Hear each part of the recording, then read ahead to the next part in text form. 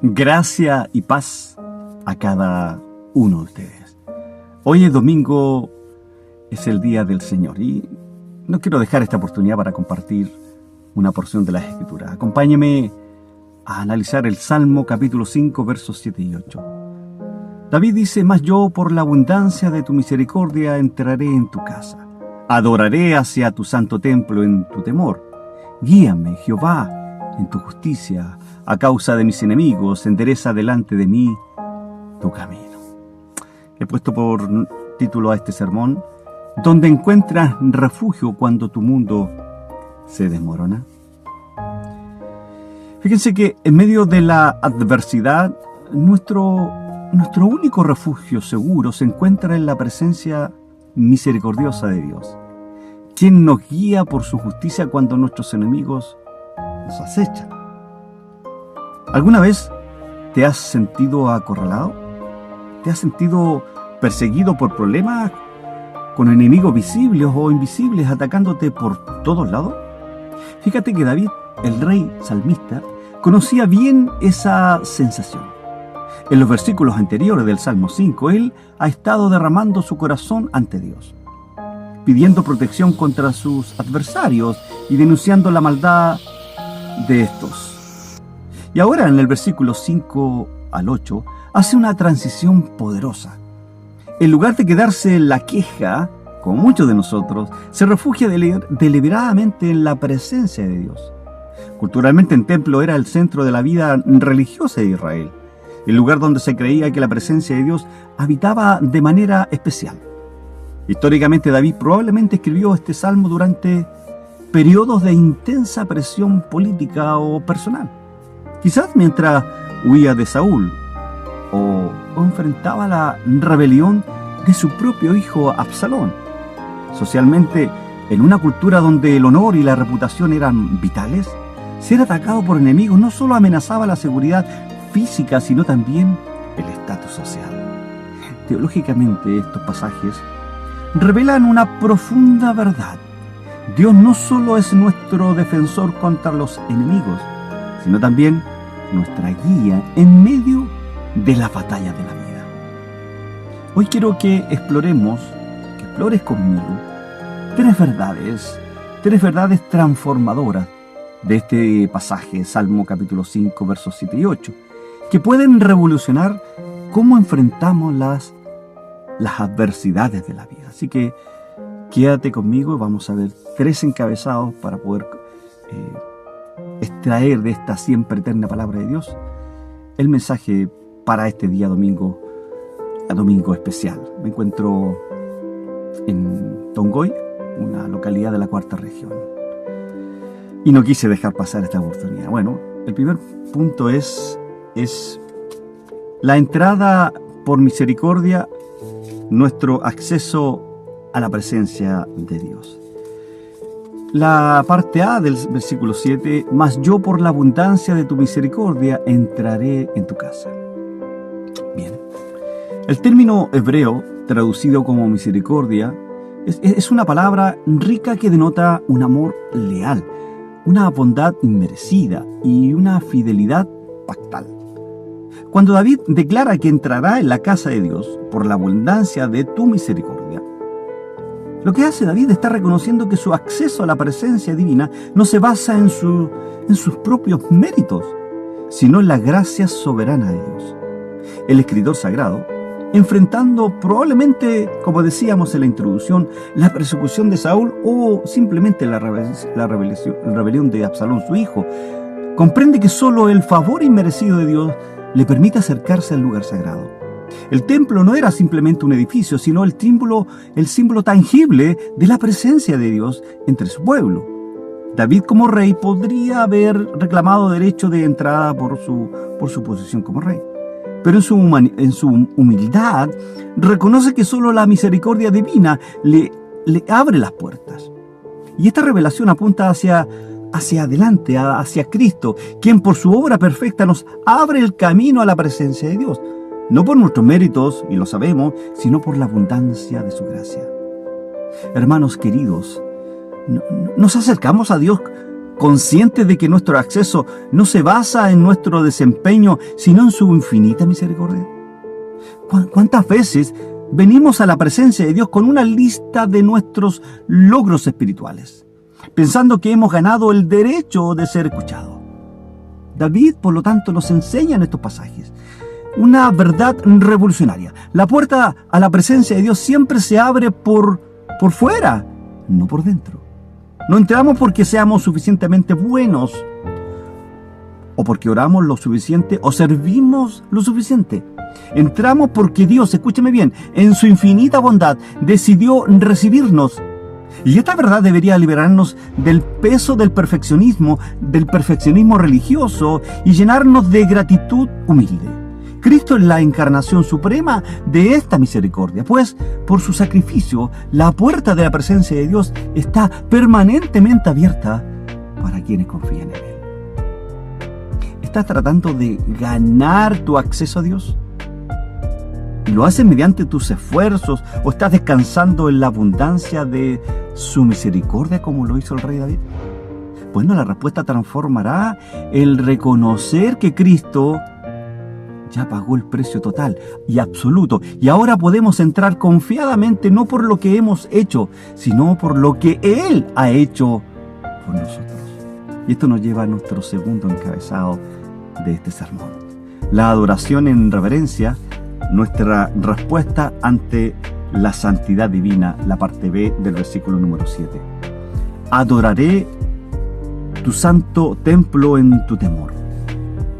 El verbo hebreo traducido como adorar implica postrarse físicamente, una actitud de completa sumisión y reverencia. La expresión hacia tu santo templo no necesariamente indica ubicación física, sino que implica dirección del corazón y la mente. David, aunque posiblemente distante físicamente del santuario, orienta su adoración hacia la presencia simbolizada en el templo. La palabra temor traduce el término hebreo que no es terror paralizante, sino una reverencia respetuosa ante la majestad divina. El salmista comprende que la misericordia que le permite entrar no debe generar familiaridad descuidada, sino una reverencia profunda. Y esta tensión, amados hermanos, entre acceso audaz y reverencia humilde, caracteriza la verdadera adoración. Culturalmente el templo, recordémonos, representaba el lugar donde la trascendencia de Dios se encontraba con la humildad, y acercarse a Él requería tanto confianza como respeto. Teológicamente, David anticipa la realidad del Nuevo Testamento, donde los creyentes hoy día pueden acercarse confiadamente al trono de su gracia, pero siempre con reverencia y temor, como dice Hebreos capítulo 12, versículo 28. Y permíteme hacerte una pregunta. Querido hermano, ¿cómo te acercas a Dios en adoración? ¿Con familiaridad descuidada o con reverencia respetuosa? En nuestra cultura contemporánea hemos perdido en gran medida el sentido de la santidad de Dios. Lo abordamos como si fuera nuestro cómplice del cielo o nuestro genio personal que frotamos la lámpara, que existe para cumplir nuestros deseos. David nos recuerda en esta mañana que la misma misericordia que nos permite entrar debe generar en nosotros una profunda reverencia.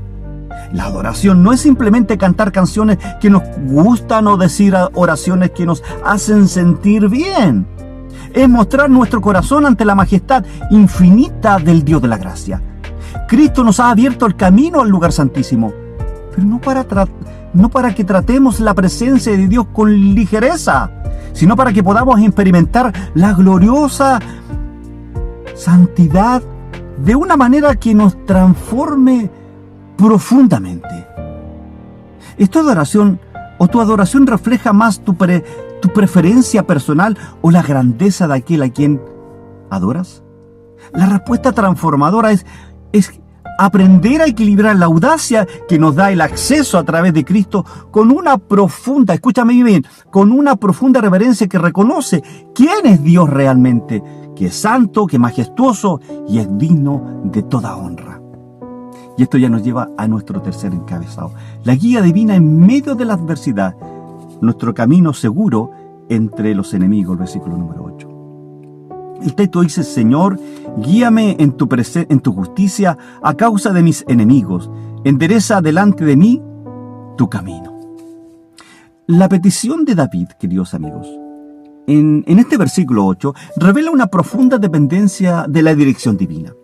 El término hebreo, traducido como guíame, conduce a la imagen de un pastor conduciendo a sus ovejas por sendero seguro. Y la frase en tu justicia indica que David no pide una guía según sus propios deseos, sino conforme al carácter justo del Dios de David.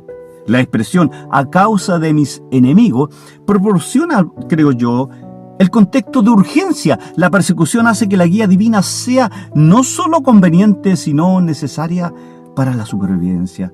La petición endereza delante de mí tu camino usa el verbo hebreo yashar, que significa hacer recto o liso, sugiriendo el deseo de que Dios remueve los obstáculos y hace más claro el camino a seguir. Y culturalmente en una sociedad donde los enemigos podrían tener emboscadas o calumnias, tener un guía confiable era vital. Y David reconoce que la justicia de Dios no solo es un estándar moral, sino también una fuerza protectora que guía a sus hijos por caminos seguros, incluso cuando estamos rodeados de enemigos. ¿Estás navegando la vida en tu propio mapa o tu propio GPS, o permitiendo que la justicia de Dios sea tu guía? Vivimos, queridos amigos, en una época donde valoramos nuestra autonomía y tomamos decisiones basadas en nuestras propias sabidurías, en nuestros propios planes y ambiciones. David nos enseña en esta mañana una lección contracultural. La verdadera seguridad no viene de nuestra propia astucia para evitar problemas, sino de someter nuestro camino a la dirección de Dios.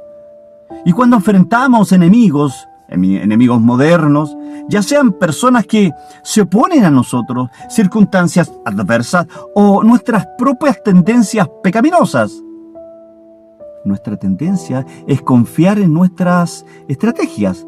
Pero el salmista nos recuerda en esta mañana que la guía de Dios es fundamental, especialmente cuando los caminos se vuelven peligrosos. Cristo es la encarnación suprema de la justicia de Dios y Él promete guiar a sus ovejas, nos dice Juan capítulo 10, los versos 27 al 28.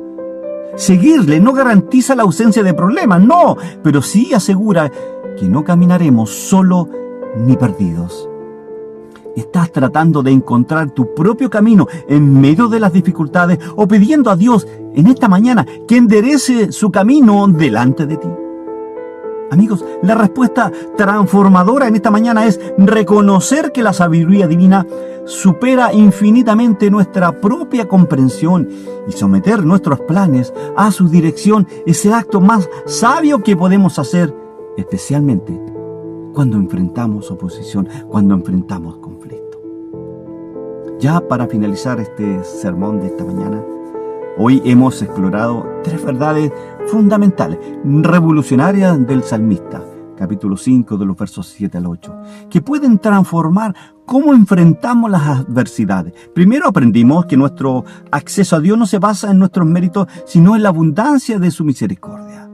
Segundo, descubrimos que esta misma misericordia debe generar en nosotros una profunda reverencia, no familiaridad descuidada. Y tercero, vimos que en medio de la oposición, nuestra seguridad depende de permitir que la justicia de Dios guíe nuestros pasos.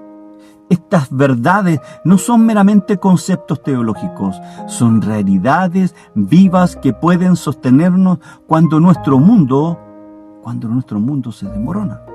Hermanos, la pregunta que resuena hoy es: ¿dónde estás encontrando refugio en esta mañana? Cuando las presiones de la vida te acosan, ¿estás construyendo muros de autoprotección, confiando en tu propia sabiduría o corriendo a la presencia misericordiosa de Dios? El Salmo 5 nos invita entonces a hacer lo que David hizo, entrar deliberadamente a la presencia de Dios, no por nuestros méritos, sino por su gracia, adorarlo con reverencia profunda y confiar en que Él guiará nuestros pasos incluso cuando los enemigos nos rodean. Cristo es la encarnación, decía, suprema de estas verdades. Él es nuestra misericordia, nuestro modelo de adoración reverente y nuestra guía perfecta. Hoy puedes encontrar refugio seguro, no en tus propias fortalezas, sino en la presencia misericordiosa de aquel que te guía con justicia, Cristo. ¿Estás dispuesto a dejar de intentar resolver tus batallas por ti mismo y correr a la presencia de Dios como tu único refugio seguro? Puedes confiar que su camino, aunque a veces misterioso, doloroso, pedregoso, siempre es el más seguro. La decisión es tuya, pero recuerda, querido hermano, en la presencia misericordiosa de Dios encontrarás no solo refugio temporal, sino seguridad eterna.